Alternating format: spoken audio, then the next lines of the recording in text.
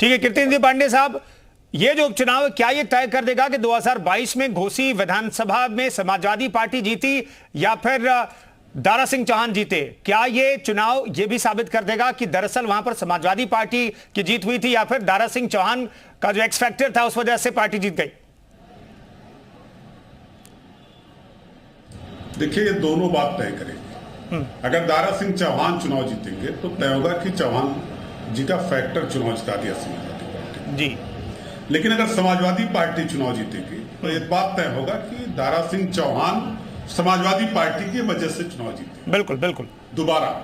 और जो घोसी विधानसभा की वर्तमान में सिचुएशन है कि जिस तरीके से दारा सिंह चौहान साहब के बारे में एक परसेप्शन तैयार हो गया विधानसभा में कि बसपा से सपा, सपा से भाजपा, भाजपा से फिर सपा, सपा से फिर भाजपा, ये जो लगातार दल बदलने की आदत इनकी रही है उसका भी रोष वहां के लोगों में देखने को मिल रहा है। तमाम टीवी चैनलों पे लोग खुलेआम बोल रहे हैं, तमाम सोशल मीडिया पे सुनने को मिल रहे हैं और ये परसेप्शन लगातार परफेक्ट होता जा रहा है कि दारा सिंह चौहान दल को तो धोखा दे रहे हैं, घोसी विधानसभा के लोगों को भी लगातार धोखा दे रहा है और गुमराह कर रहे हैं।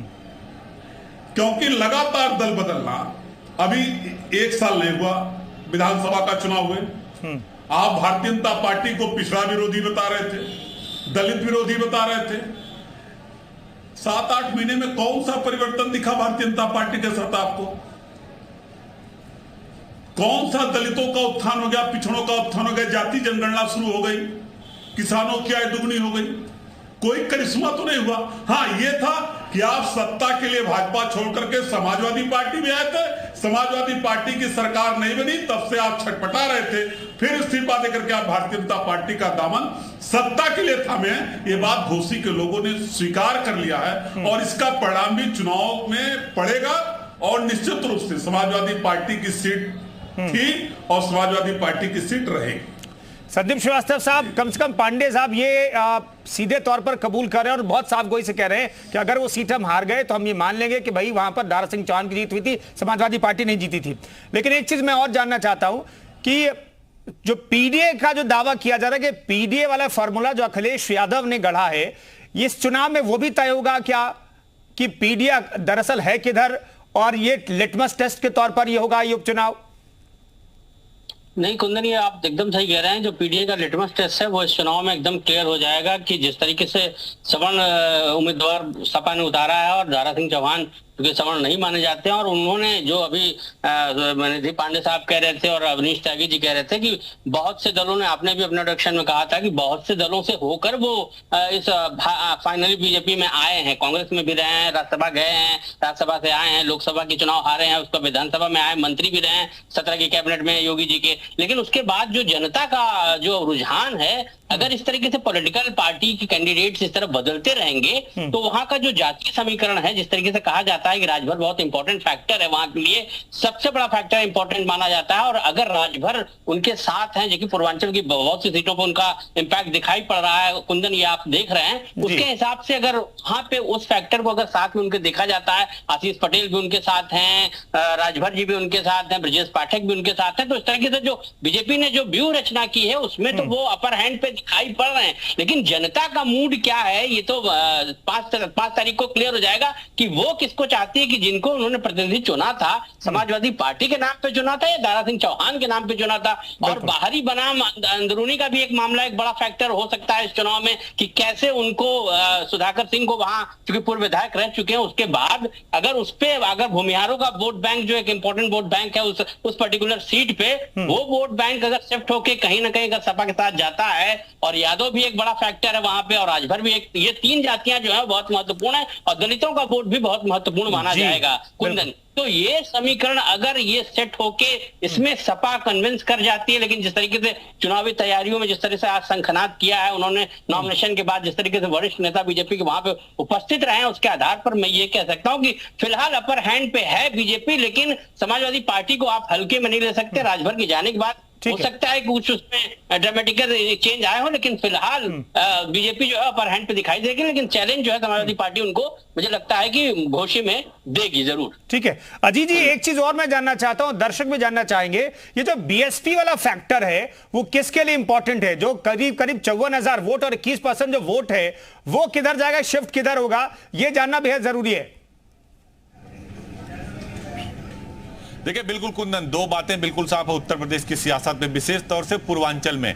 अगर बहुजन समाज पार्टी अपना कैंडिडेट नहीं लड़ाती, क्योंकि उपचुनाव मायावती कभी भी नहीं लड़ाती, सिर्फ एक चुनाव था आजमगढ़ में उन्होंने गुड्डू जमाली को लड़ाया था और 2.5 लाख से अधिक वोट पाए, जिसका फायदा बीजेपी को हुआ। तो घोसी की सीट पर भी अगर बीएसपी प्रत्याशी नहीं लड़ा रही है तो इसका फायदा सीधे तौर पर भारतीय जनता पार्टी होगा, समाजवादी पार्टी का नहीं होगा। क्योंकि बार बार बीएसपी, बार बार मायावती ये कहती रही कि जो समाजवादी पार्टी को हरा रहा हो उसे जिता दो, या फिर वो अपना कैंडिडेट नहीं करती।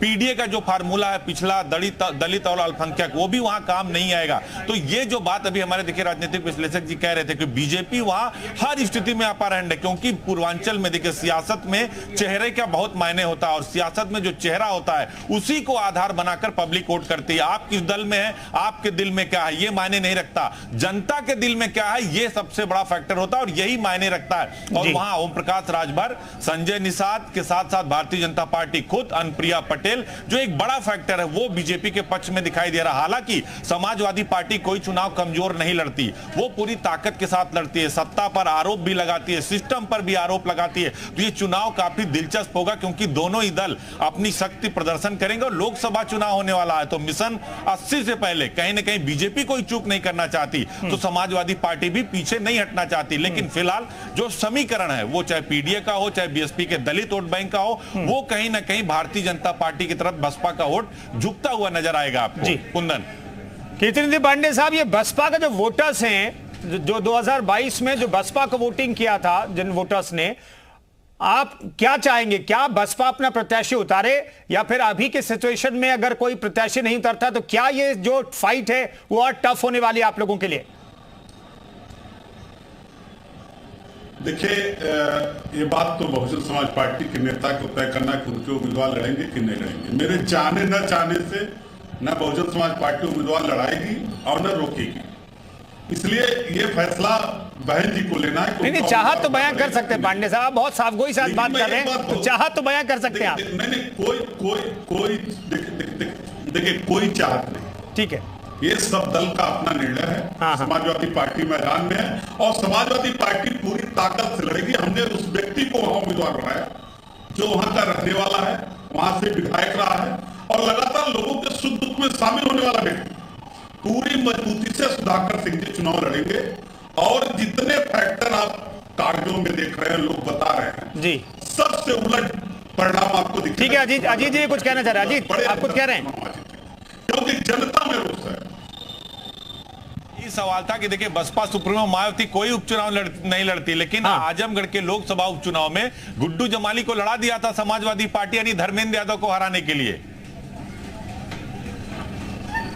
बिल्कुल, तब देखना होगा कि यहां पर क्या बीएसपी कोई उम्मीदवार उतारती है या फिर बीजेपी के लिए ज्यादा आसान हो जाता है। कीर्तिनिधि पांडे साहब भी जवाब देना चाह रहे हैं कुछ?